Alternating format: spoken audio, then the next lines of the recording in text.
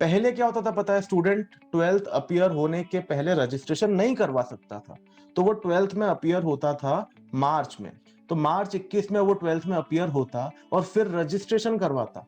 तो रजिस्ट्रेशन अगर वो मार्च 21 में करवाता ना, मार्च 2021 में 12th की एग्जाम देने के बाद, तो उसको नवंबर 2021 का एग्जाम मिलता था। इस साल तक यही सिनेरियो था कि आप मार्च में 12 दीजिए एंड कमिंग नवंबर में सीए फाउंडेशन का एग्जाम दीजिए। ये सिनेरियो था इस साल तक। लेकिन अब नेक्स्ट ईयर से हो गया कि आप मार्च में 12th दीजिए और साहब मई और जून जब भी एग्जाम होगी तब आप सीए फाउंडेशन की एग्जाम दे दीजिए। बोलो साहब 6 महीने बच गए उन बच्चों के लिए जो अभी से सोच ले कि उन्हें सीए करना है और कमिंग 31 दिसंबर तक रजिस्ट्रेशन करवा लें। तो हेलो एवरीवन, आज हम लोग यहाँ क्यों मिले हैं? We are covering the session of career counselling. आप सभी 11th-12th के स्टूडेंट्स हैं और आप सभी को कैरियर काउंसलिंग की जरूरत महसूस हुई, ऐसे कई सारे मैसेजेस मेरे पास आए। उसके लिए मुझे लगा कि मुझे ये सेशन ऑर्गेनाइज करना चाहिए and for that reason I organise this session. और मुझे दिख रहा है कि मुझे नहीं उम्मीद था कि बच्चे अभी इंटरेस्टेड होंगे, बट मेरे पास जो रिक्वेस्ट आई उसके हिसाब से मैंने इसको ऑर्गेनाइज करा। तो myself C Amit Vachhani, I am a chartered accountant by profession and teacher by passion. और मैं अपने शौक से बच्चों को पढ़ाता हूँ और पढ़ाना एक बहुत अच्छी चीज है। यंग जनरेशन के साथ जुड़े रहना, तो आप लोगों के साथ जुड़े रहने में मुझे काफी मजा आता है। उम्मीद करता हूँ आपको भी मेरे साथ जुड़ने में काफी मजा आएगा। कैरियर काउंसलिंग नाम ही बहुत भारी है और ना हम इसको वो नॉर्मल से जो हमारे ऑर्डिनरी कैरियर काउंसलिंग सेशन होता है ना वैसा नहीं रखेंगे। हम इस पर बिल्कुल ग्राउंड लेवल पर बात करेंगे कि हमें चाहिए क्या एक्चुअली। आप तो सर ये बताओ कि हमें चाहिए क्या। इधर उधर की बातें, कोर्स में ये वो सब चीजें हैं, वो सब आपको पता भी है। जमाने भर के यूट्यूब वीडियोस आपके पास है, आप वहां से उन्हें रेफर कर सकते हैं। Not a big issue, not at all a big issue. But just मेरा आपसे ये रिक्वेस्ट है कि आपको कोई भी क्वेरी हो आप चैट बॉक्स में डाल दीजिए, या जस्ट रेज योर हैंड, आप अनम्यूट कर दिए जाएंगे, आप बोल भी सकते हैं बीच में। ठीक है, आई अलाउ, उसमें कोई दिक्कत नहीं है। तो मेरा प्राइमरी फोकस आज के इस सेशन में रहने वाला है on the course of chartered accountancy. और हमारे सेशन का जो हेडलाइन था ना, वो हेडलाइन ही यही था, how to save 6 months of your precious career. आपके करियर के 6 महीने कैसे बचाएंगे। एंड मार्क माई वर्ड्स, आज के सेशन को कंप्लीट करूंगा मैं with in 45 minutes, 45 to 50 minute में वाइंड अप कर दूंगा इसको। उससे ज्यादा समझने की जरूरत है ही नहीं आपको, उसमें सब कुछ क्लियर हो जाएगा। मैक्सिमम बोल दिया 45 उसके अंदर ही। ठीक है, तो आप अपने 6 महीने बचाने के लिए तैयार होंगे। बहुत सारे बच्चों को पहले से भी पता है, लेकिन मैं कुछ और बातें भी यहाँ करने वाला हूं जो आपको पहले से नहीं पता होंगे। तो लेट्स बिगिन। सबसे पहले तो मैं आपके सामने एक स्क्रीन शेयर कर रहा हूं। अगर स्क्रीन शेयर प्रॉपर ना हो तो you can write in the chat box, आपकी प्रॉब्लम रिजॉल्व कर दी जाएगी। स्क्रीन शेयरिंग मैंने आपको करी है। तो हम लोग कैरियर काउंसलिंग के बारे में बात कर रहे हैं। तो first of all let us understand this term career counselling. Sir आप ये समझाने के लिए हमको बुलाया गया? नहीं नहीं, मैं आपको पहले करेक्ट करना चाहता हूं। कैरियर काउंसलिंग में बच्चे पता है क्या समझते हैं कि सर हमें आप बताएंगे कि हमें ये कोर्सेज करने हैं और फिर हम डिसाइड करेंगे कि हमें उसमें से क्या क्या कोर्सेज करने। नो, कैरियर काउंसलिंग का मतलब पता है यहां पर मेरे इस सेशन में मतलब क्या, मैं आपको बता दूं कि आई हैव डिसाइडेड कि यहाँ जितने लोग बैठे हैं, पहली प्रायोरिटी पर वो लोग क्या करने वाले हैं, सीए करने वाले हैं। एंड सेकंड प्रायोरिटी पर उसके अलावा जो भी उसके अदर ऑल्टरनेट प्रोपोर्शनल जो प्रोफेशनल कोर्सेज हैं, सीएस, सीएमए, ये सब करने वाले हैं। तो अगर कोई इनके अलावा और कोई कोर्स के बारे में सोचकर अगर यहाँ आया हो तो आई एम एक्सट्रीमली सॉरी, हम और किसी कोर्स पर यहाँ बात नहीं करेंगे आज। ठीक है, इनफैक्ट इन पर भी बहुत कम बात होगी, प्राइमरी फोकस मेरा यही रहेगा। और ऐसा ही कम्युनिकेशन आपको आया भी होगा जिस भी जरिए से आप तक इसका कम्युनिकेशन पहुंचा है। तो और primary focus would be on CA. तो ये मानकर हम आज का कैरियर काउंसलिंग सेशन करेंगे कि आपने डिसाइड कर चुके हो कि आपको इनमें से कुछ करना है, पर अब इनके अंदर होता क्या है ये आप जानना चाहते हैं, या आप अभी कंफ्यूजन में हो कि मुझे सीए करना चाहिए कि नहीं करना चाहिए, तो उसका जवाब आपको आज मिल जाएगा। तो now the next question in the series, अगला question in the series is what is CA. CA होता क्या है, थोड़ा सा पहले इसका बैकग्राउंड, फिर हम बात करेंगे आगे, धीरे धीरे चीजों को बढ़ाएंगे। What is CA? तो सर फुल फॉर्म हमको पता है, चार्टर्ड अकाउंटेंट। चार्टर्ड अकाउंटेंट इसका फुल फॉर्म है सर। तो उससे क्या फर्क पड़ता है सर? चार्टर्ड प्लेन भी तो सुना है हमने, जैसे चार्टर्ड प्लेन वैसे चार्टर्ड अकाउंटेंट, हम हायर कर लेंगे इसको। देखिए आप जब ना 11th 12th नॉर्मली पढ़ते हैं ग्रेजुएशन करते हैं, सब चीजें अपनी जगह है, तो आप बनते हैं अकाउंटेंट ना, फिर आप चार्टर्ड अकाउंटेंट नहीं बनते, फिर आप बनते हैं अकाउंटेंट। पर यहां पर आप बन रहे हैं चार्टर्ड अकाउंटेंट। फर्क क्या है, सबसे पहले आप ये समझिए, इस कोर्स को स्टूडेंट समझता ही नहीं है। बस मेरा दोस्त कर रहा तो मुझे भी कर लेना है, या मेरे दोस्त का नहीं हुआ या मेरे बड़े भैया का नहीं हुआ तो मेरा भी नहीं होगा। आप पहले इस कोर्स को समझिए कि ये होता क्या है। पहले 10 मिनट हम इसी पर बिताएंगे, उसके बाद हम आगे की बात करेंगे। ठीक है? तो चार्टर्ड अकाउंटेंट क्या होता है? चार्टर्ड अकाउंटेंट, आप सभी लोग लगभग कॉमर्स स्ट्रीम के हैं, कुछ एक आध दो बच्चे हो सकते हैं पीसीएम स्ट्रीम के हैं, तो वो मेरी बात को ध्यान से समझें और समझने की कोशिश करें। मैं क्या कहना चाह रहा हूं कि सर, एक होती है अकाउंटिंग, हिसाब किताब रखना। ठीक है? आप अकाउंटिंग करते हैं, तो we are not accountants. Accounting कौन करता है? अकाउंटेंट्स करते हैं। ठीक है? अकाउंटेंट्स करते हैं अकाउंटिंग। तो चार्टर्ड अकाउंटेंट्स क्या करते हैं? वो इस अकाउंटिंग को चेक करते हैं कि भाई साहब ये सही हुई या नहीं हुई। चेक करने को कहा जाता है ऑडिट। टेक्निकल टर्म है, ज्यादा परेशान नहीं होना, ये काम सीए का होता है। तो हम लोग चेकर्स है, वी आर दी चेकर्स, हम चेक करते हैं। ठीक है ना? जिस देश में छोटे से छोटी मार्कशीट भी अगर आपको कहीं लगानी होती है, तो आप अपनी मार्कशीट की फोटोकॉपी, आप अपनी मार्कशीट की फोटोकॉपी अगर कहीं लगाते हैं ना, तो वो बोलते हैं प्रिंसिपल से सील लगवा के आओ कि ये ओरिजिनल कॉपी है। तो इतनी छोटी सी चीज अगर हमारे देश में प्रिंसिपल के द्वारा अटेस्ट की जाएगी तभी उसको सही माना जाएगा। तो आपकी अकाउंटिंग, जिस पर डिसाइड होता है कि आप सरकार को कितना टैक्स देंगे, आपने कितना प्रॉफिट कमाया, क्या ये एक चार्टर्ड अकाउंटेंट के द्वारा चेक किए बिना सरकार मान लेगी? क्या सरकार मान लेगी कि ये सही है? क्या हमारे देश में हर कोई सच्चा इंसान है, कोई झूठ बोलता ही नहीं है? अगर ऐसा है तो फिर चार्टर्ड अकाउंटेंट की जरूरत नहीं है। लेकिन अगर हमारे देश में कोई लोग झूठ बोलते हैं, तो वो अपने अकाउंटिंग में भी झूठ बोल सकते हैं। इसीलिए उनकी अकाउंटिंग पहले चार्टर्ड अकाउंटेंट चेक करेगा, उस पर अपने सील साइन करेगा, और चार्टर्ड अकाउंटेंट की एक बार अगर सील साइन हो गई ना, उसके बाद कोई उस पर क्वेश्चन नहीं कर सकता है। तो you are gaining the signing authority. सबसे पहली बात, आपके साइन होंगे तो वो कागज वैलिड बनेगा। और इस बात से कोई फर्क नहीं पड़ता कि आपने सीए रतलाम से किया या वडोदरा से किया या इंदौर से किया या मुंबई से किया। साइनिंग अथॉरिटी हर चार्टर्ड अकाउंटेंट की सेम मानी जाती है। 50 साल पुराना सीए साइन करेगा तो भी वही वैलिडिटी, नया नया बिल्कुल फ्रेशर सीए साइन करेगा तो भी वही वैलिडिटी, कोई चेंज नहीं है। ठीक है? तो ये साइनिंग अथॉरिटी आपको मिलती है। और एक बार किसी बैलेंस शीट पर, किसी अकाउंटिंग डेटा पर आपने साइन कर दिया ना, एक बार आपने साइन कर दिया ना, तो उसके बाद even prime minister can not question that document, क्योंकि चार्टर्ड अकाउंटेंट ने साइन करा। मतलब आप समझ पा रहे हो उसकी क्या इंपैक्ट है? तो जब इतनी बड़ी आपको अथॉरिटी दी है, तो अथॉरिटी कम्स विथ रिस्पॉन्सिबिलिटी। आपको रिस्पॉन्सिबिलिटी भी आएगी। रिस्पॉन्सिबिलिटी ये रहेगी कि आपको पूरी तरीके से चेक करना है कि कुछ भी गलत ना हो, सब कुछ सही हो, और उसके बाद ही आपको साइन करना है, क्योंकि भविष्य में कुछ भी गलत निकल कर आया तो फिर चूंकि अथॉरिटी आपकी थी, तो रिस्पॉन्सिबिलिटी भी आपकी रहेगी। है ना? तो इस बात का ध्यान रखना। तो सर, उस रिस्पॉन्सिबिलिटी को निभाने के लिए कि सर, सरकार ने बोला कि ये जो अथॉरिटी है ना, इसके लिए हमें बहुत रिस्पॉन्सिबल लोग चाहिए। तो वो रिस्पॉन्सिबल लोग बनाने के लिए जिम्मा दिया गया एक इंस्टीट्यूट को, जिस इंस्टीट्यूट का नाम है ICAI, the institute of chartered accountants of India. ये इंस्टीट्यूट है, जैसा आपका सीबीएसई होता है, स्टेट बोर्ड होता है ना, वैसे ये institute of chartered accountants of India, second largest accounting body of the world. India की नहीं कह रहा, ऑफ द वर्ल्ड। ठीक है ना? हमारे इंडियन चार्टर्ड अकाउंटेंट्स की ओवर वर्ल्ड, ग्लोबली बहुत वैल्यू है।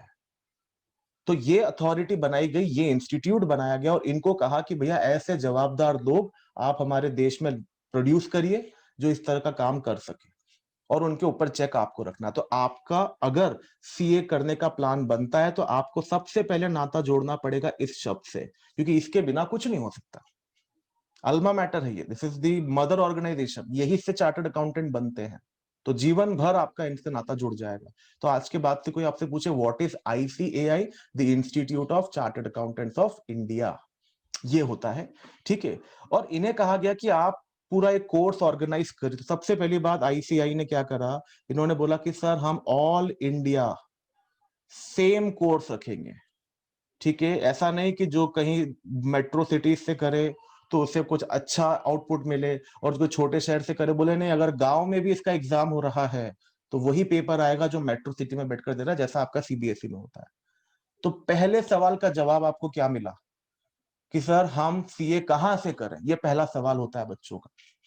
ठीक है, ये कई लोगों का क्वेरी लिस्ट में आया मेरे पास कि हम कहां से सीए करें सर। तो आप कहीं से भी करिए, आपके कोर्स की वैल्यू में कोई फर्क नहीं पड़ेगा। Make a note of it, notes बनाते जाना आपको जो बात सही लगे अपने लिए। ठीक है, तो just make a note of it कि सर हम सीए कहीं से भी करें, वैल्यू में कोई फर्क नहीं आएगा, क्योंकि पेपर आपको वही देना है, पेपर में कोई चेंज नहीं है, ऑल इंडिया सेम कोर्स। पहली बात। दूसरी बात, फिर इन्होंने ये कहा कि हम इस कोर्स को 3 लेवल में तोड़ देंगे, 3 लेवल में तोड़ देंगे। ठीक है ना, स्टूडेंट को ग्रेजुअली एग्जाम देनी होगी, तो उन 3 लेवल्स का नाम क्या रखा है इन्होंने, तो 3 लेवल के नाम देखिए आप। मेरे पास एक बना हुआ फ्लो चार्ट भी है, बट मेरा एक पर्सनल एनालिसिस है कि जब हम सामने लिखते हैं ना तो स्टूडेंट का इन्वॉल्वमेंट ज्यादा होता है, तो इसलिए मैं वो ऑलरेडी प्रिपेयर्ड फ्लो चार्ट भी आपको एंड में दिखा दूंगा। तो 3 लेवल के exam, the first level, the second level, the third level.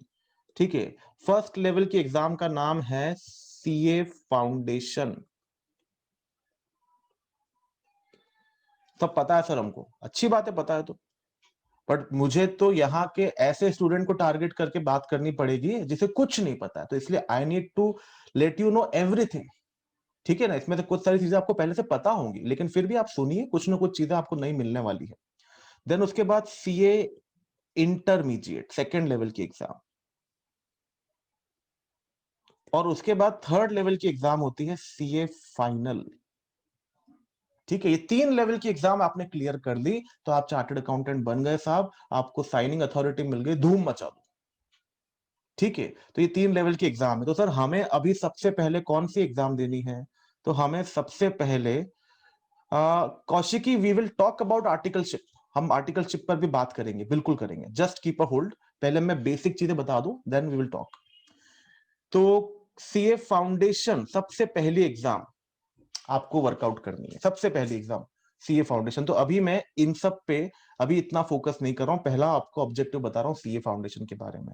तो क्या है सीए फाउंडेशन और कैसे आप स्टार्ट कर सकते हैं, इस पूरे डिस्कशन का मेन ऑब्जेक्टिव है कि सीए फाउंडेशन में कैसे आपको अपीयर होना है, कब रजिस्ट्रेशन कराना है, आज के सेशन का प्राइमरी ऑब्जेक्टिव। उसके अलावा आपकी जो भी क्वेरीज है with respect to articleship, everything will be addressed, आप चिंता मत करिए। ठीक है, जस्ट आप चैट बॉक्स में डाल दीजिए। तो मेरा आपसे ये कहना है सबसे पहले कि सीए किस लेवल का कोर्स है सर, आप पहले हमको ये बताओ, आपने ये तो बताया ही नहीं हमको।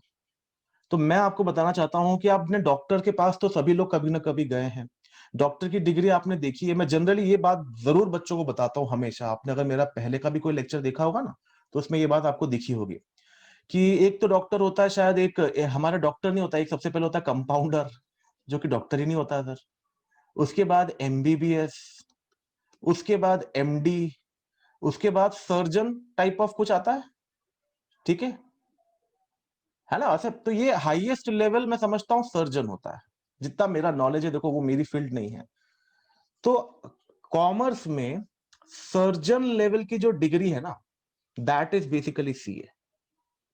मतलब सर सीए करके हम सर्जन बन जाएंगे, हाँ बिल्कुल, आप सर्जन बन जाओगे इकोनॉमी के। हाँ ठीक है ना, कैंची वगैरह लेके पहुंच मत जाना हॉस्पिटल, इकोनॉमी के सर्जन बन जाओगे, इकोनॉमी को समझने की एबिलिटी आ जाएगी आपके पास, तो आप सर्जन बन जाएंगे। ये सर्जन लेवल की डिग्री है, इस लेवल की डिग्री है, पहले तो आप दिमाग में ये बात बिठा लीजिए। ठीक है, इसके बिना काम नहीं होगा। चार्टर्ड अकाउंटेंट एक बहुत, और आपके नाम के आगे सीए लगेगा और इसके अपने मायने हैं, तो ये वही बहुत वेल ग्लोरीफाइड प्रोफेशन है। ठीक है, और हमें मेंटली तैयार रहना चाहिए इसके लिए। तो सर इसको स्टार्ट कैसे करें, अब आप हमें ये बता दीजिए। तो देखो दो रूट्स हैं इसको स्टार्ट करने के। पहला है ट्वेल्थ रूट, आप ट्वेल्थ के एग्जाम क्लियर करके और इधर आइए। और दूसरा है डायरेक्ट एंट्री रूट। तो मैं समझता हूं कि डायरेक्ट एंट्री रूट वाले एक आध दो स्टूडेंट हैं यहाँ पर, उनके लिए मैं इसकी बात करूंगा, पर मेजोरिटी स्टूडेंट ट्वेल्थ रूट से आने वाले हैं। तो हम पहले ट्वेल्थ रूट की बात करते हैं। First and the foremost thing, आप कॉमर्स स्ट्रीम के हो, आप पीसीएम स्ट्रीम के हो, डजेंट मैटर, इंस्टीट्यूट ने बोला सब आ जाओ, हम किसी को नहीं रोकेंगे, एवरीवन इज वेलकम। ठीक है, तो आप पीसीएम हो, आप आर्ट्स हो, व्हाटएवर, आप कोर्स ज्वाइन कर सकते हैं। कब कर सकते हैं सर? तो यहां मैं आपके सामने एक स्क्रीन शेयर करता हूं और मैं इंस्टीट्यूट का आपके सामने एक पूरा ये रखता हूं। आपको स्क्रीन दिख रही होगी उम्मीद करता हूं। तो ये institute of chartered accountants of India की वेबसाइट से निकाला गया फ्लो चार्ट है, उन्होंने ही बताया है। और ये फ्लो चार्ट में क्या लिखा हुआ है देखो, फाउंडेशन रूट और डायरेक्ट एंट्री रूट, दो चार्ट लिखे हुए हैं। ठीक है, चार्ट किस किस को दिख रहा है, please raise your hands. Clear दिख रहा है?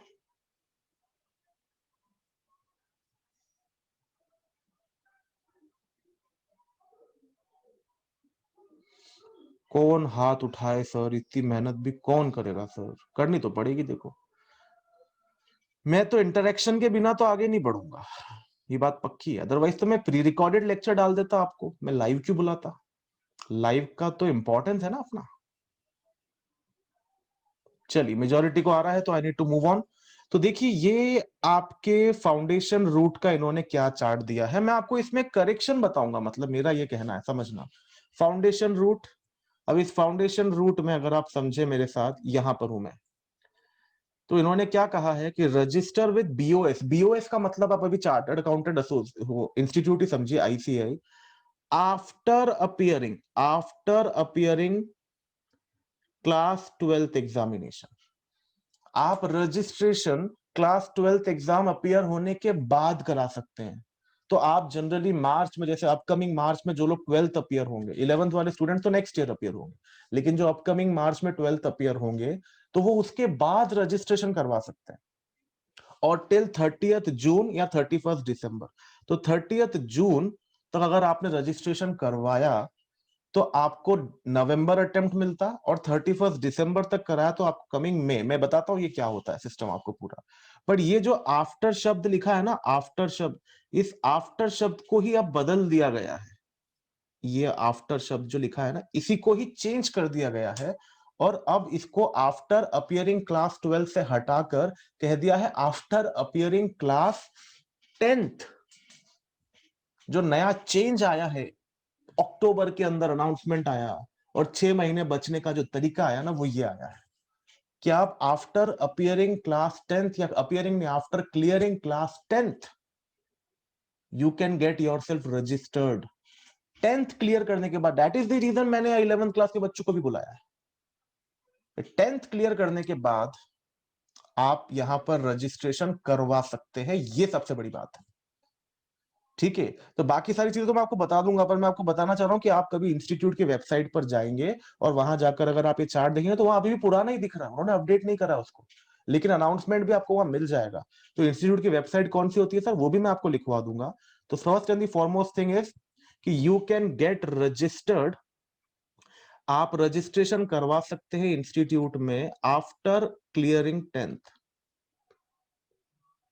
अब इससे 6 महीने कैसे बचेंगे सर? एग्जाम हम पहले दे पाएंगे क्या सर? 10th क्लियर करने के बाद ही हम एग्जाम दे पाएंगे? नहीं, रजिस्ट्रेशन करवा पाएंगे बस। एग्जाम तो आप, you can appear for exam, CA foundation exam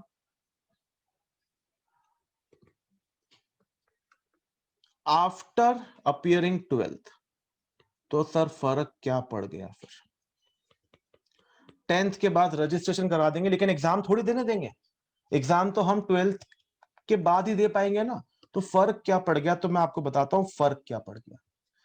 institute की एग्जाम्स 2 बार होती है साल में, एक बार होती है मई में और एक बार होती है नवंबर में।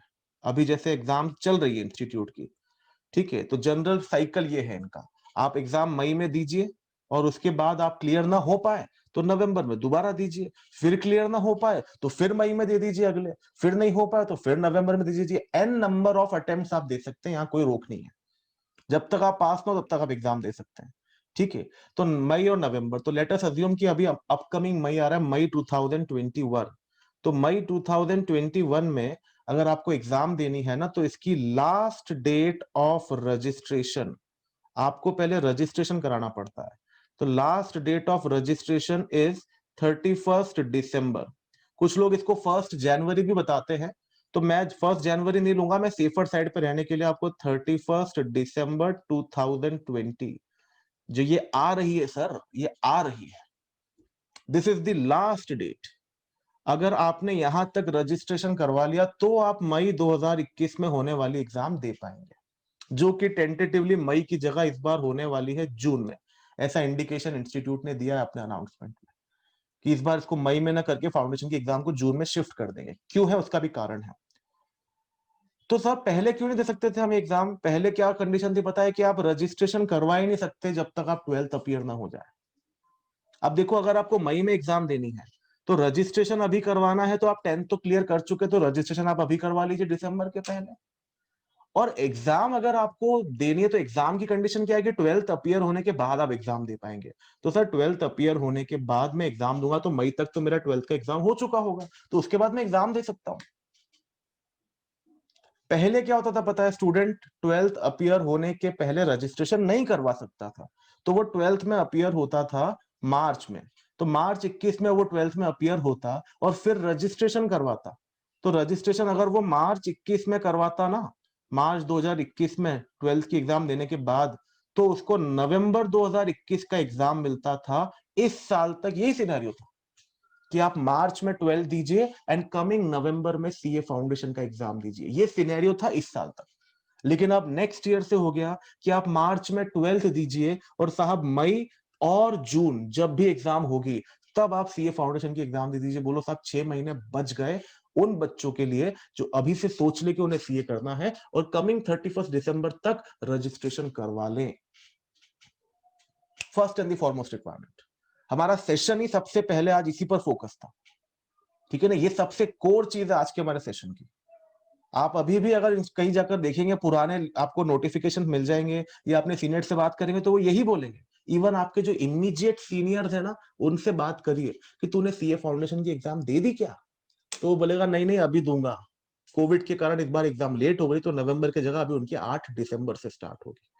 तो वो अब देंगे, वो अब देंगे एग्जाम। मार्च 2020 में उन्होंने 12th दे दी, उसके बाद वो अब एग्जाम देंगे। ऐसा नहीं कि कोविड के कारण लेट हुई, नहीं, उनका शेड्यूल्ड एग्जाम ही नवंबर था, क्योंकि तब सिनेरियो ये था कि आप 12th के बाद ही रजिस्ट्रेशन करवा सकते हैं। इन्होंने कह दिया आप 10th के बाद रजिस्ट्रेशन करवा सकते हैं और एग्जाम 12th के बाद दे सकते हैं। और रजिस्ट्रेशन के हिसाब से डिसाइड होता है कि अगर आपको मई में एग्जाम देनी है तो 31 दिसंबर तक रजिस्ट्रेशन कराना है, और अगर आपको नवंबर में एग्जाम देनी है तो टिल 30th जून 2021 तक आपको रजिस्ट्रेशन कराना है। ठीक है, तो 12th की एग्जाम देने के बाद यही तारीख मिलती थी रजिस्ट्रेशन की, पहली वाली तारीख तो जा चुकी होती थी, इसलिए नवंबर अटेम्प्ट देना पड़ता था। तो अब सर हमें इतनी टेक्निकल बातें समझ में नहीं आती, आप तो क्रक्स बताओ क्या है? क्रक्स ये है, get yourself registered to CA course before 31 December. वैसे वो बिफोर 1 जनवरी है, बट आप 31 दिसंबर पकड़ के चलिए, बिफोर 31 दिसंबर, and you would be eligible to appear in CA foundation exam in the May 2021, जो कि इंस्टीट्यूट के अनाउंसमेंट के हिसाब से जून 2021 होने वाली है। ठीक है, तो आप जून 2021 में उस एग्जाम को अपीयर कर पाएंगे और वो बच्चे जो अभी नवंबर में दे रहे थे उनकी जगह आप यहां आ जाएंगे। अब अगला सवाल, हाँ सर सीए फाउंडेशन तो हम अपीयर कर लेंगे, फिर उसके 1 साल के बाद सीए इंटरमीडिएट होता है, के बाद सीए फाइनल होता है। इंटरमीडिएट फाइनल पर डिटेल डिस्कशन करने की अगर जरूरत महसूस होगी तो हम एक सेशन और रख लेंगे। मेरा यहाँ पर प्राइमरी फोकस अभी है कि हम यहाँ पर आपको कैसे सीए का कोर्स स्टार्ट करवा सके उसके बारे में बताएं। तो मैंने आप लोगों की क्वेरीज पढ़ी थी, मेरे पास जो गूगल फॉर्म में जो बच्चों ने डाल के भेजा था ना, उस पे बेस्ड तो मैंने अपना सेशन उसी के हिसाब से प्लान करा है। तो just try to understand this. मैं क्या कहना चाह रहा हूँ कि अब दूसरा सवाल जो बच्चों का था, चलो सर आपके कहने पर हमने रजिस्ट्रेशन करवा लिया 31 दिसंबर 2020 के पहले। अरे वहां तक भी क्या, आप बोलो हम आज करा लेते, आज करा लेते हैं रजिस्ट्रेशन। आप हमारे एक सवाल का जवाब दे दो सर कि फरवरी 2021 ऐसा सुनने में आ रहा है या मार्च 2021 जब भी हमारी 12th बोर्ड एग्जाम होगी तो हम 12th बोर्ड एग्जाम का प्रिपरेशन करेंगे या मई 2021 में होने वाले सीए फाउंडेशन का प्रिपरेशन करेंगे? आप इसका जवाब दो हमें। ये जवाब मांगा है बच्चों ने, हम कैसे मैनेज करेंगे? आप कह दो कि अभी करवा लो रजिस्ट्रेशन, आपको क्या लगता है मार्च 2021 में मैं एग्जाम दे दूं 12th का, अप्रैल 2021 में को पढ़ने को मिलेगा, हाँ, और मई भी मिल सकता है अगर एग्जाम जून में हो तो 2 महीने पढ़ने को मिलेगा, और 2 महीने में पढ़ के मैं सीए फाउंडेशन क्लियर कर लूंगा। That's the question of the hour. ये बहुत सारे बच्चों ने क्वेरी डाली। तो देखिए सर, यू आर अनफॉर्चुनेट कि ये अनाउंसमेंट अक्टूबर में आया। अगर ये अनाउंसमेंट शुरुआत में आ चुका होता आपके सेशन के, तो आपको ये गाइड कर दिया गया होता मेरे द्वारा या जो भी आपके मेंटोर थे उनके द्वारा, कि आप सीए का प्रिपरेशन अभी से स्टार्ट कर लीजिए। जैसे आपके वो पीसीएम वाले फ्रेंड्स नहीं कर देते हैं, आईआईटी जेईई का प्रिपरेशन 11 12 के साथ ही स्टार्ट कर देते हैं, ये तभी से स्टार्ट करना पड़ जाएगा। ठीक है, तो यू आर अनफॉर्चुनेट इनफ कि आपके लिए ये अनाउंसमेंट ही अक्टूबर में आया। ठीक है, तो आप स्टार्ट नहीं कर पाए प्रिपरेशन, बट उसका भी रास्ता बताऊंगा मैं आपको क्या करना है। तो अगर आपको लगता है तो मैं आपको सजेशन यही दूंगा कि आप पहली प्रायोरिटी पर 12th बोर्ड का प्रिपरेशन रखिए, पहली प्रायोरिटी पर। Don't रूइन your 12th board exams because of कि आप सीए फाउंडेशन की एग्जाम मई में देना चाहते हैं। नहीं, आप उसको रूइन ना करें, ये मेरा पर्सनल ओपिनियन है, बाकी आपकी मर्जी है। ठीक है, तो सर हमें क्या करना चाहिए, तो मैं आपको पहले सीए फाउंडेशन का, मेरे पास 2 सवाल आए हैं। ठीक है, मैं उन 2 सवालों पर आपको रिस्पॉन्ड कर देता हूं। सबसे पहले तो देखिए 12th वाले बच्चों का तो मैंने आप पे कंसर्न कर दिया। तो एक स्टूडेंट ने कहा सर हम 11th वाले, हमारा भी तो ध्यान रखो।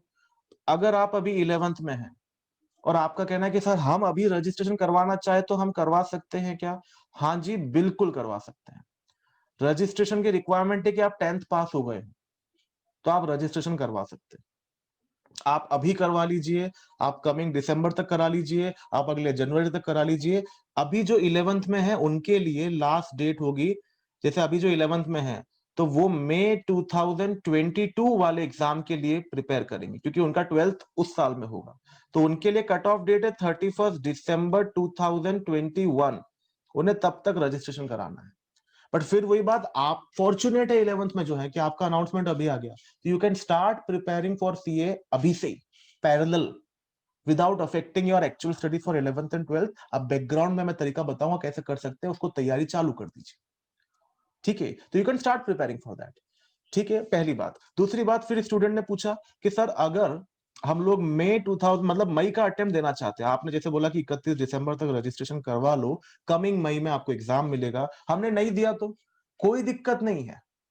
आप प्रोसेस समझिए, रजिस्ट्रेशन करवाना है आपको। सबसे पहले रजिस्ट्रेशन करवा लिया, 5 साल तक सॉरी, रजिस्ट्रेशन करवाने के बाद ये 5 साल तक वैलिड रहता है। उसके बाद भी आप इसको रीएक्टिवेट करवा सकते हो। आपको फिर 5 साल तक जितनी भी बार एग्जाम देनी है ना, आपको एग्जाम फॉर्म अलग से भरना पड़ता है।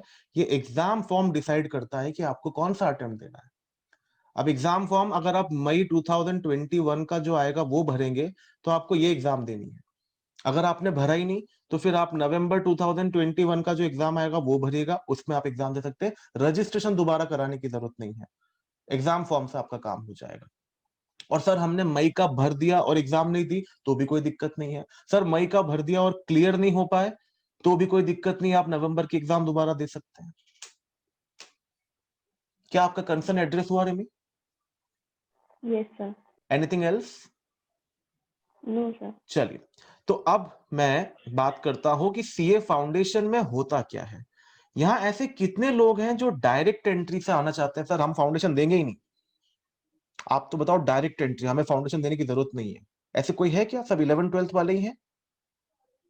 या जिन्होंने ग्रेजुएशन कंप्लीट कर लिया हो, ऐसा कोई हो तो उनको फाउंडेशन देने की जरूरत नहीं है, वो डायरेक्ट एंट्री से आ सकते हैं। मतलब यहाँ पर सभी लोग फाउंडेशन वाले हैं। तो सर सीए फाउंडेशन के बारे में बात करना बहुत जरूरी हो गई है। रीजन बीइंग कि हम लोग ये समझ पाए कि हम 11 12th के साथ इसका प्रिपरेशन कर पाएंगे कि या नहीं कर पाएंगे। तो सबसे पहले 4 पेपर्स में इसे बांटा गया है। पेपर 1, मैं इसका नाम लिखूं, principles and practices of accounting, बड़ा सा नाम है, मैं अपनी भाषा में अकाउंट्स लिख देता हूं। सर नाम है पूरा, principles and practices of accounting. ठीक है, पेपर 1 100 मार्क्स का। पेपर 2 जो है आपका, that is basically business law, ये 60 मार्क्स का। और बिजनेस करेस्पॉन्डेंस एंड रिपोर्टिंग बोलते हैं उसको, उसका नाम बीसीआर है, लेकिन मैं अपनी भाषा में लिखूं तो इंग्लिश, BCR बोलते हैं इसको टेक्निकल भाषा में, 40 मार्क्स का। तो ऐसा पेपर 2 मिलाकर आपका 100 मार्क्स का बनता है। उसके अंदर 2 पार्ट रहते हैं, ये अलग ग्रुप हो गया। और उसके बाद अब paper 3 business mathematics, logical reasoning, statistics, 3 part है इसके अंदर, मैथ्स, स्टैट्स,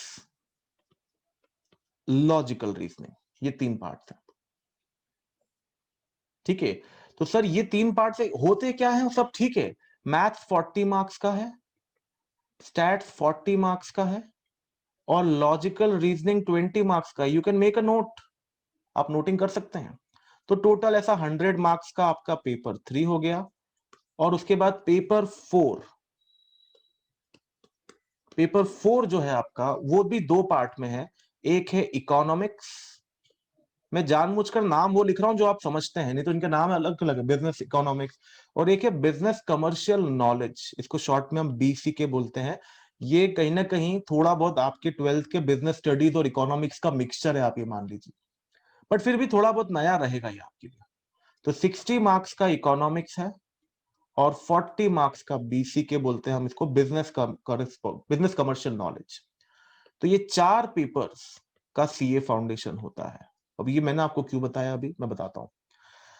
देखिए, इसमें से जो ये पहले 2 पेपर है ना, ये होते हैं सब्जेक्टिव या डिस्क्रिप्टिव बोल सकते हो आप इसे। ठीक है, यस, भूमि में आ रहा हूं उस पर भी। Descriptive, let me finish with my content. मैं आपकी सभी क्वेरीज, आप चिंता मत करिए, एक भी स्टूडेंट का एक भी क्वेरी मैं सॉल्व किए बिना नहीं जाऊंगा। चाहे से आप इंटर फाइनल का भी कुछ पूछेंगे ना, मैं उस पर बात करूंगा।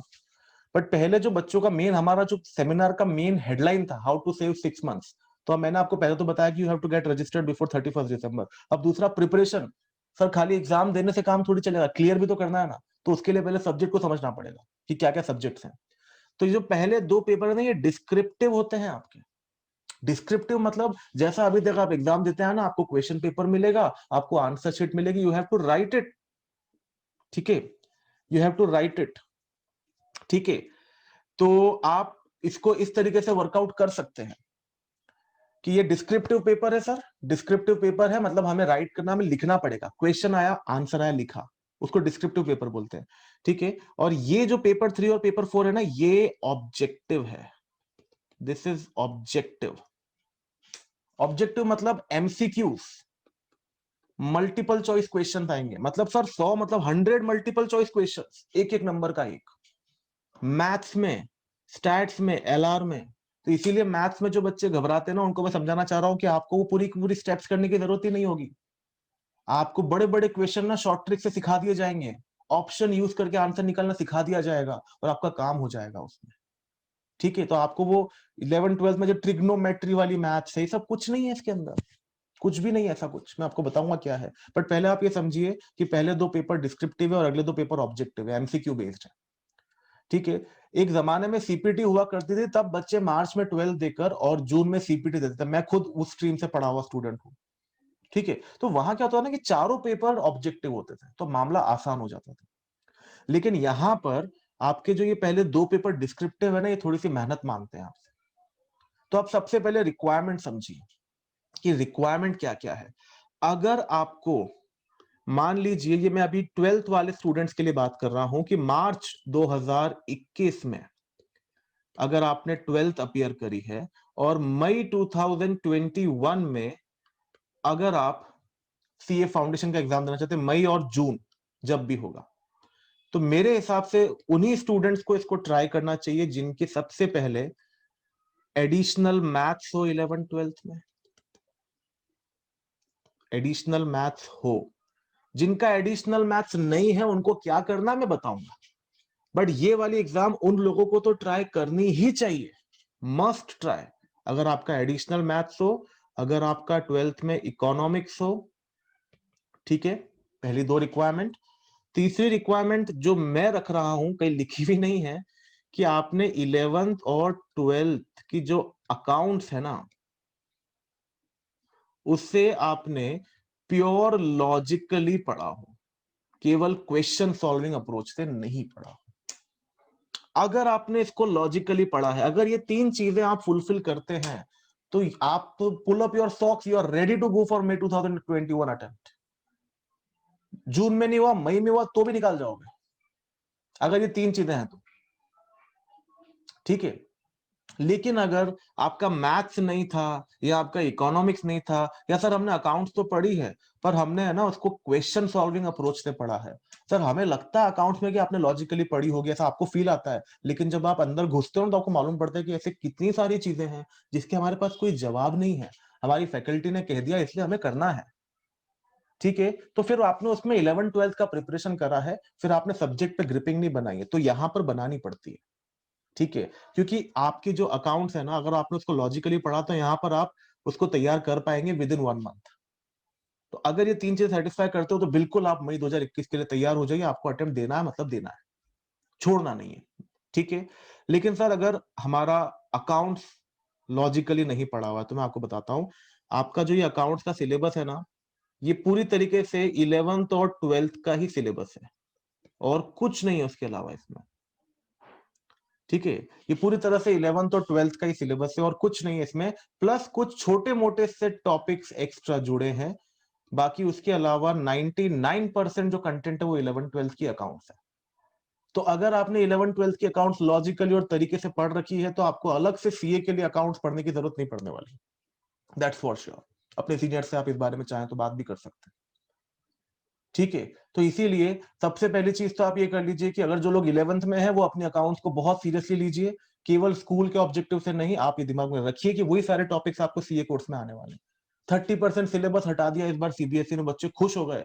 आपको दुखी होना चाहिए, क्योंकि अब वो 30% सिलेबस अगर आपने नहीं पढ़ा तो सीए फाउंडेशन में तो आने वाला है। ठीक है ना, फिर क्या करोगे आप उसका, तब पढ़ना पड़ेगा। तो इसीलिए वो सिलेबस आपको अभी पढ़ लेना चाहिए, अगर आप समय निकाल पाए तो। ठीक है, तो ये छोटी छोटी चीजें हैं, इन पे समय नहीं देना, जैसे वीकेंड वीकेंड पे पढ़ लिया, ऐसा करके आपको टाइम निकालना पड़ेगा। लॉ एक बहुत महारथी है सर, लॉ के बारे में तो मैं अलग से बात करूंगा। ठीक है, लेकिन अब मैं मैथ्स की बात करता हूँ। कई बच्चों का सवाल आ रहा है, सर हमारा 11th में मैथ्स नहीं था, 12th में मैथ्स नहीं था, हम क्या करें। देखिए, मेरा आपको सजेशन है कि आप मई अटेम्प्ट फिर दीजिए, एक चांस लीजिए। ठीक है, मई जून अटेम्प्ट एक चांस लीजिए, क्योंकि मैथ्स को ना बहुत शॉर्ट ट्रिक से तैयार किया जा सकता है। इससे सब्जेक्ट से ज्यादा अटैच होने की जरूरत नहीं है आपको, कि हमें पूरी तरह से लॉजिकल क्लैरिटी आ जाए, नहीं, ऑब्जेक्टिव है ना, जुगाड़ लगाई जा सकती है, ऑप्शन से आंसर निकाले जा सकते हैं और आप इसको अपीयर कर सकते हैं। तो अगर आपका 11th-12th मैथ्स नहीं है, दिक्कत थोड़ी आएगी। अगर आप नवंबर में एग्जाम देंगे तो कोई दिक्कत नहीं आएगी, फिर रेडी हो जाएगा वो। लेकिन अगर आप मई में एग्जाम देंगे तो यू विल फेस प्रॉब्लम्स, तो आप माइंड में रखिए। फिर उन बच्चों को एग्जाम देनी चाहिए, बट उनका 50-50 चांस रहेगा एग्जाम क्लियर करने का। I want to make it very clear, कोई मैं आपको अंधेरे में नहीं रखूंगा उस चीज के लिए।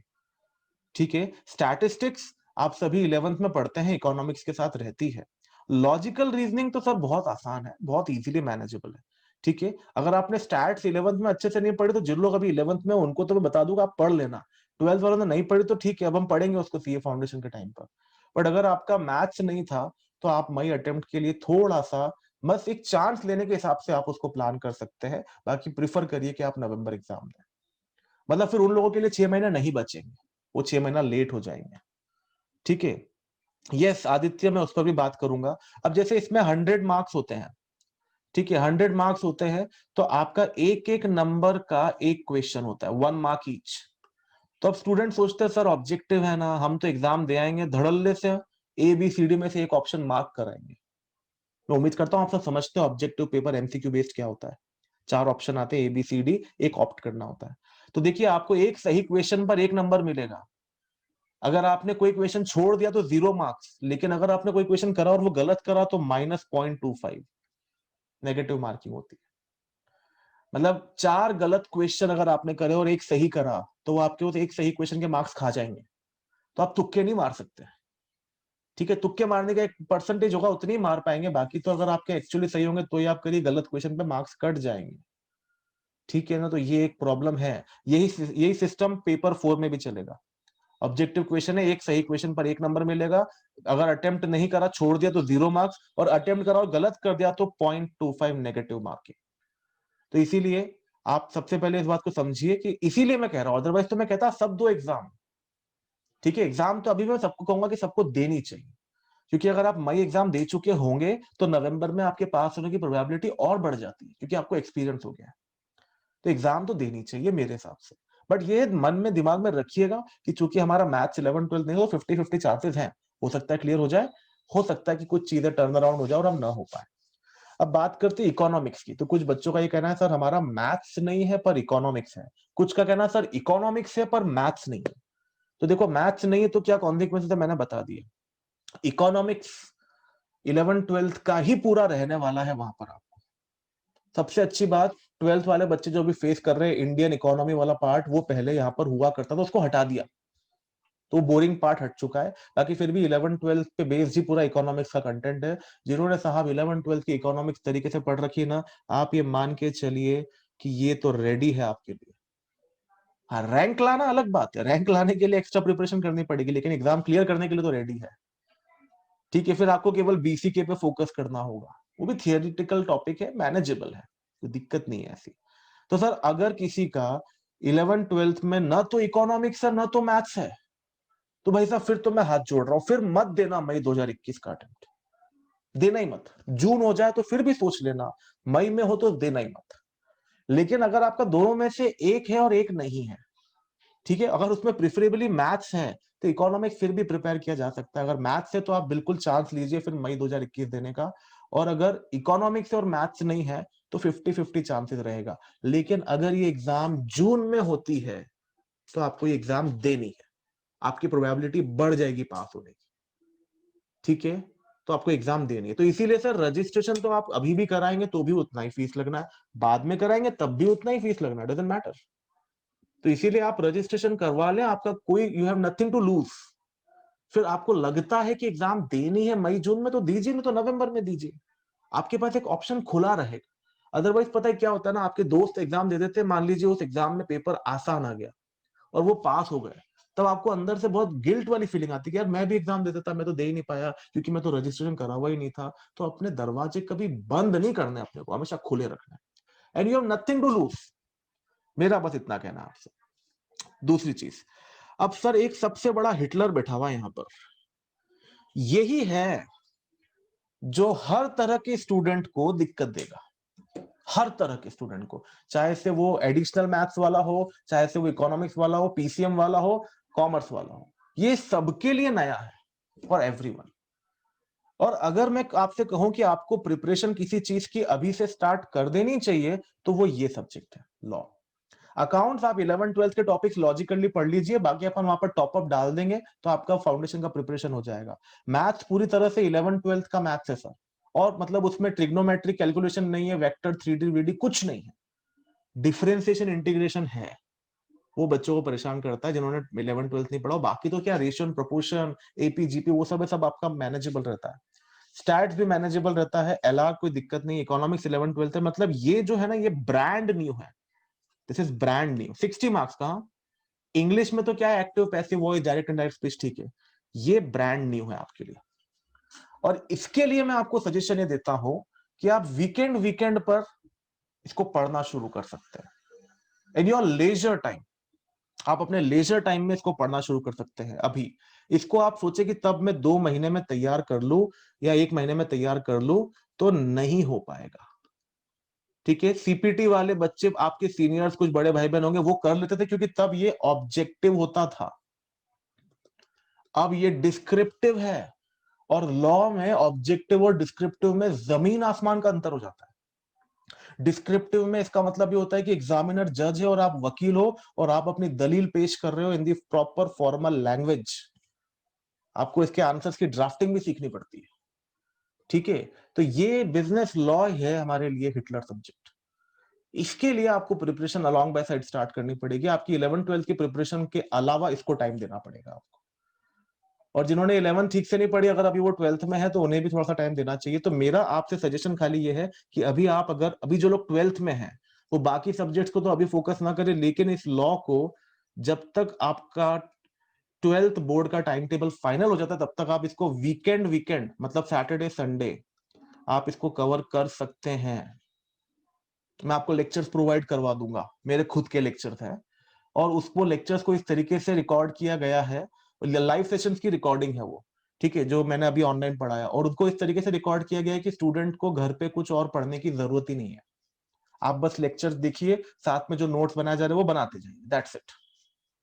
तो सैटरडे संडे आप इसको केवल समय दे सकते हैं।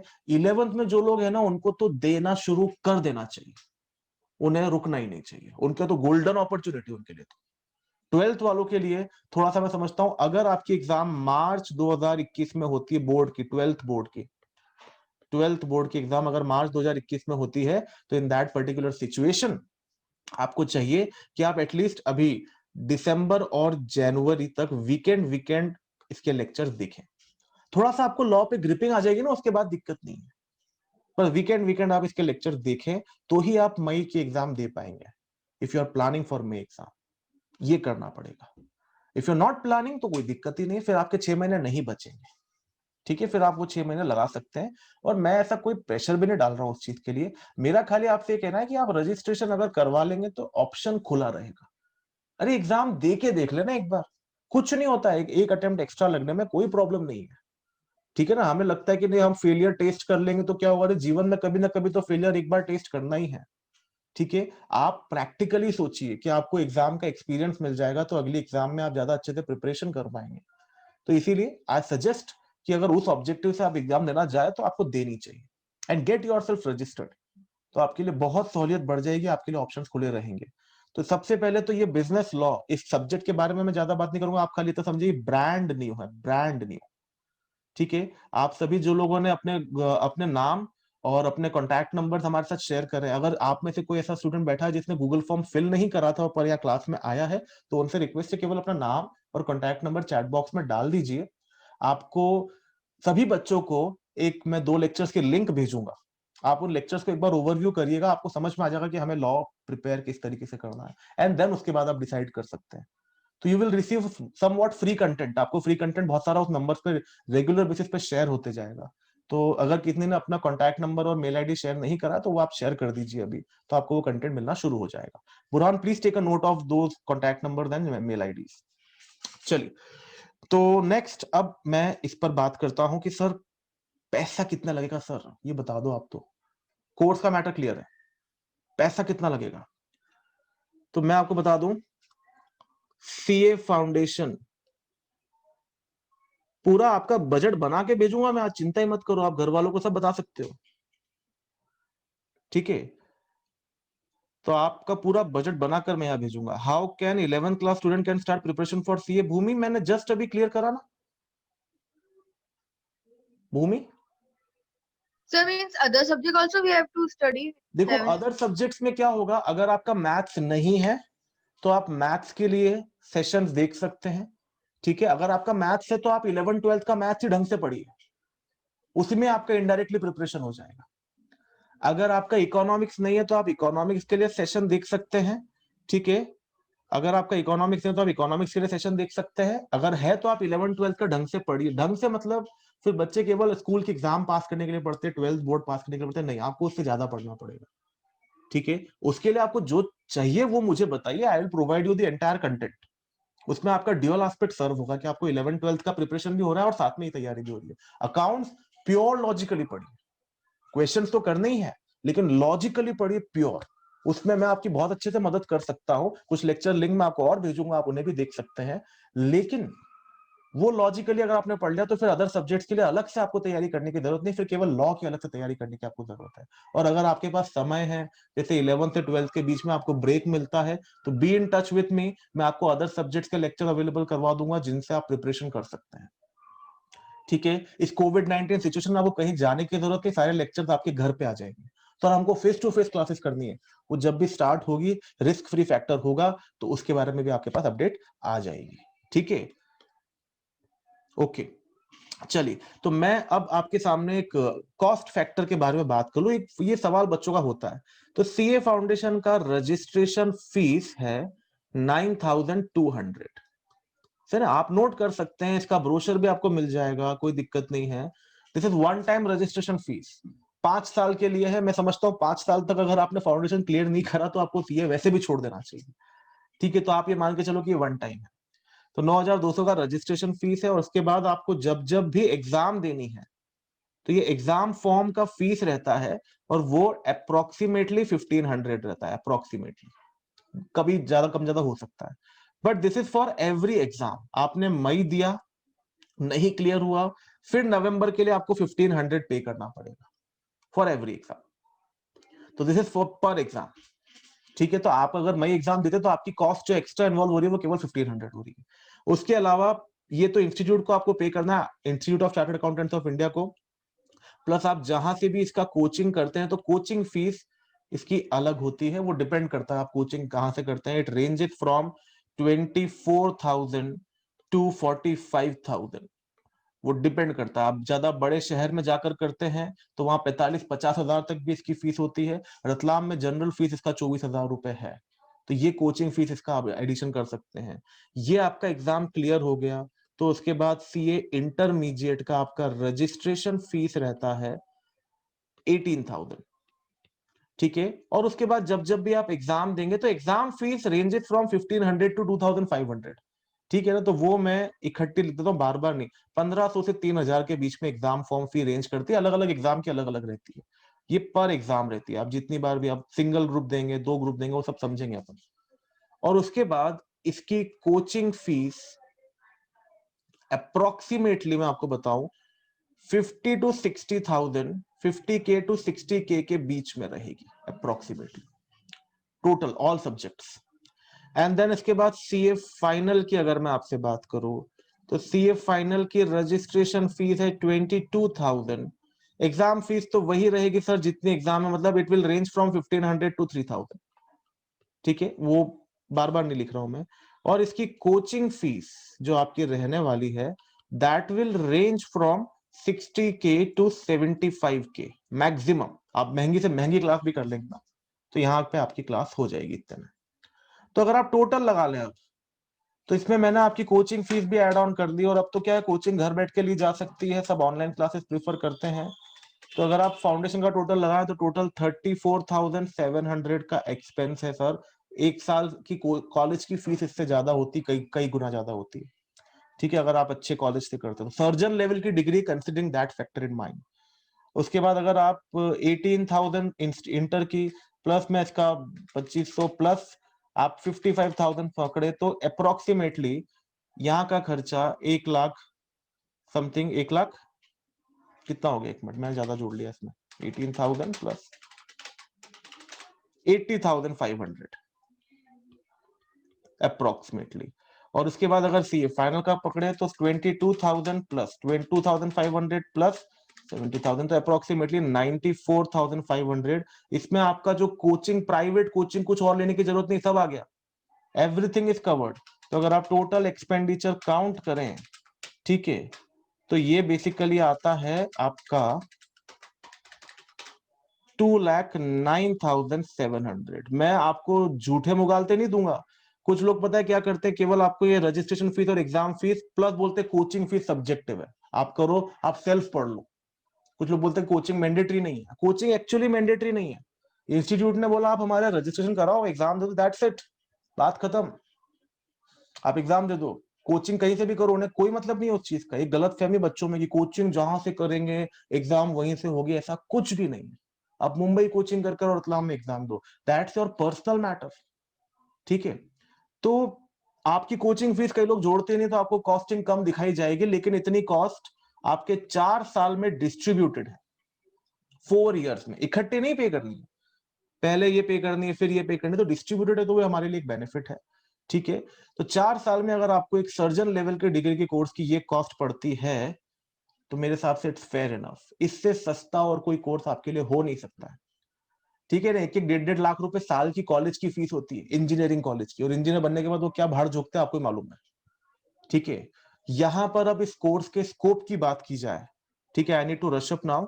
तो इस कोर्स के स्कोप की बात की जाए सर, तो मैं आपको इतना बता दूं कि आप ग्लोबली जहां जाना चाहें जा सकते हैं और अपना कैरियर बना सकते हैं। इंडियन चार्टर्ड अकाउंटेंट की all over the world demand है, और जीएसटी नाम की चीज आ जाने के बाद ना, तो हर सीए के ऑफिस में इतना काम हो गया है कि अगर वो 24 घंटे भी काम करे तो वो काम है, उसके हाथ में कितने देर वो काम करना चाहता है। तो सर सीए बनने के बाद क्या होता है सर, आपके पास दो ऑप्शन रहते हैं, या तो आप जॉब करिए या तो आप प्रैक्टिस करिए। प्रैक्टिस क्या होता है सर? ठीक है, प्रैक्टिस क्या होता है सर? तो जॉब मतलब आप किसी कंपनी में जॉब करिए, प्रैक्टिस मतलब जो डॉक्टर का खुद का क्लिनिक होता है ना, वैसे हमारा भी खुद का क्लिनिक खोल लेंगे, हम वहां प्रैक्टिस करेंगे। ठीक है, तो ये बेसिकली आपके पास दो ऑब्जेक्टिव्स है, दो एरियाज होते हैं, इन पर अगर हमें जरूरत लगेगी तो हम एक सेशन आप लोग अगर डिमांड करेंगे तो मैं रखूंगा। You can just drop an email कि सर हमें इन बातों पर बात करनी है। अब मैं चाहता हूं कि मैं आपकी क्वेरीज पर आ जाऊं, ज्यादा बेहतर रहेगा। जो जो मुझे हमारा कोर एरिया था वो मैं कवर कर चुका हूं, तो आपकी क्वेरीज पर अब मैं आता हूं, तो बारी बारी से क्वेरीज की बात करते हैं। उसके बाद में आपकी और फर्दर क्वेरीज होगी तो उस पर भी डिस्कस कर लूंगा। जैसे एक क्वेरी हमारे पास आई थी कौशिकी। कौशिकी आप है यहाँ पर अभी? Yes, sir. Good morning, yes, sir. Good morning. Ma'am आप बताइए, आपका मैटर है कि sir do articleship from top 20 really differ from articleship from normal CA firms? देखिए, ये एक बहुत अच्छा क्वेश्चन आपने पूछा है, और मैं समझता हूं कि आप इस कोर्स को अच्छे से जानते हैं, इसलिए आपने एक क्वेश्चन पूछा। तो बहुत सारे बच्चों को तो अभी ये नहीं पता होगा कि आर्टिकलशिप क्या होती है। तो मैं आपको बताऊं कि जैसे आपकी सीए इंटर की एग्जाम होती है ना, जैसे ही सेकंड लेवल जो मैंने आपको बताया ना, 3 लेवल होते हैं, तो सीए इंटर की जैसी एग्जाम होती है ये वाली, तो इसके बाद आपके पास 3 साल का समय होता है, 3 इयर्स। 3 इयर्स का टाइम देते हैं आपको इंटर और फाइनल के एग्जाम के बीच में, और ये 3 इयर्स में आपको प्रैक्टिकल ट्रेनिंग कराई जाती है जिसे कहा जाता है आर्टिकलशिप। जैसे आप सर्जन बनने जा रहे हैं तो सर डायरेक्ट किताबें पढ़ के और सीधा किसी की सर्जरी कर दोगे क्या? नहीं, आपको प्रैक्टिस कराई जाएगी, आपको उनके साथ जो आपके सीनियर डॉक्टर होते हैं अटेंड करना पड़ता है कि वो कैसे सर्जरी कर रहे हैं। तो वैसे ही आपको प्रैक्टिसिंग चार्टर्ड अकाउंटेंट के नीचे ट्रेनिंग करनी होती है, इंटर्नशिप बोलते हैं ना जिसको, वही आर्टिकलशिप है यहाँ पर। पहली चीज तो सभी बच्चों को मैंने ये क्लियर करी। अब ये आप कहां से करेंगे? तो ये आप ऑल ओवर इंडिया किसी भी चार्टर्ड अकाउंटेंट के नीचे, जैसे मैं प्रैक्टिसिंग चार्टर्ड अकाउंटेंट हूं, मेरे अंदर भी कर सकते हैं। तो यहां पर जैसे मैडम का क्वेश्चन ये है कि सर हम इसको रतलाम से करें या मुंबई से करें, और मुंबई से करें तो जो टॉप 20 फर्म्स हैं, मतलब कोई भी मेट्रो सिटी से करें, मुंबई से मेरा मतलब है, तो जो टॉप 20 फर्म्स हैं उनसे करते हैं तो कोई फर्क पड़ता है क्या वैल्यू में?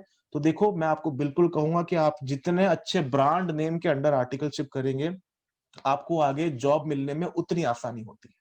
तो यस, इट डज मैटर्स। आप जितनी अच्छी ब्रांड नेम के अंदर आर्टिकलशिप करेंगे ना, आपको उतनी अच्छी जॉब आगे मिलने वाली।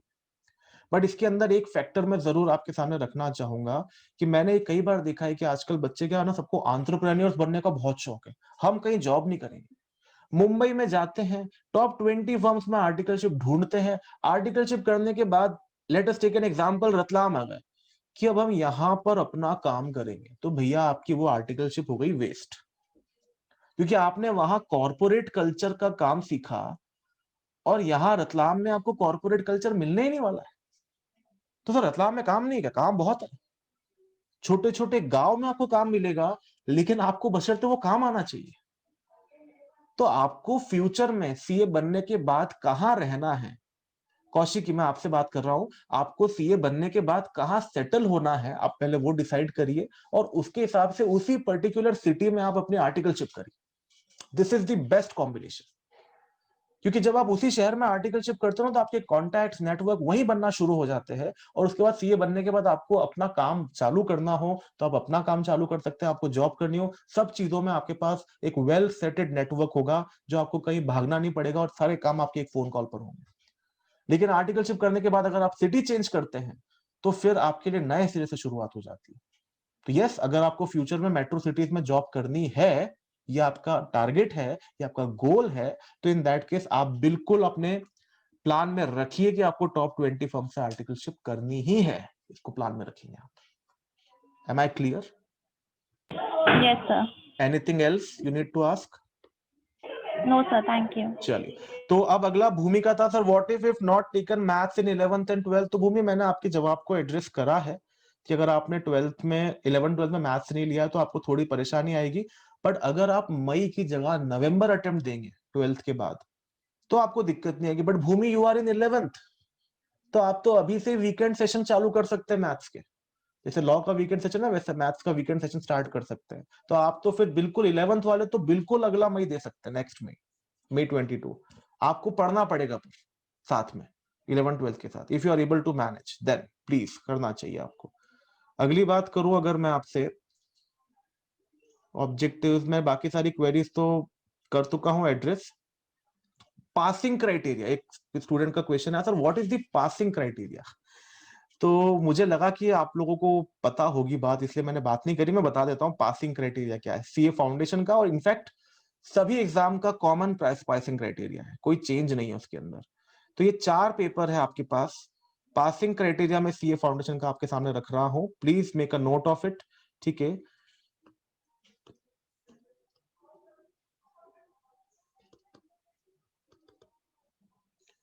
पासिंग क्राइटेरिया पे अगर अपन बात करें तो सबसे पहले आपको ये कहा गया है कि चारों पेपर में, पेपर 1, 2, 3, 4, इन सभी पेपर्स में इंडिविजुअली आपके 40-40 नंबर मिनिमम आने चाहिए। ठीक है, 40-40 नंबर मिनिमम आने चाहिए इंडिविजुअली। ये मिनिमम मतलब 40% इंडिविजुअली, और इन टोटलिटी आपके 50% मार्क्स आने चाहिए। यहां भी इन्होंने ट्विस्ट डाल रखा है। तो सर अगर इसका टोटल लगाए तो 160 होता है। हाँ, लेकिन अगर मैं मैक्सिमम मार्क्स का टोटल लगाऊं तो ये 4 पेपर 100 मार्क्स के, तो मैक्सिमम मार्क्स 400 होते हैं चारों के मिलाकर। तो इनका कहना है इन टोटलिटी आपके 200 मार्क्स होने चाहिए।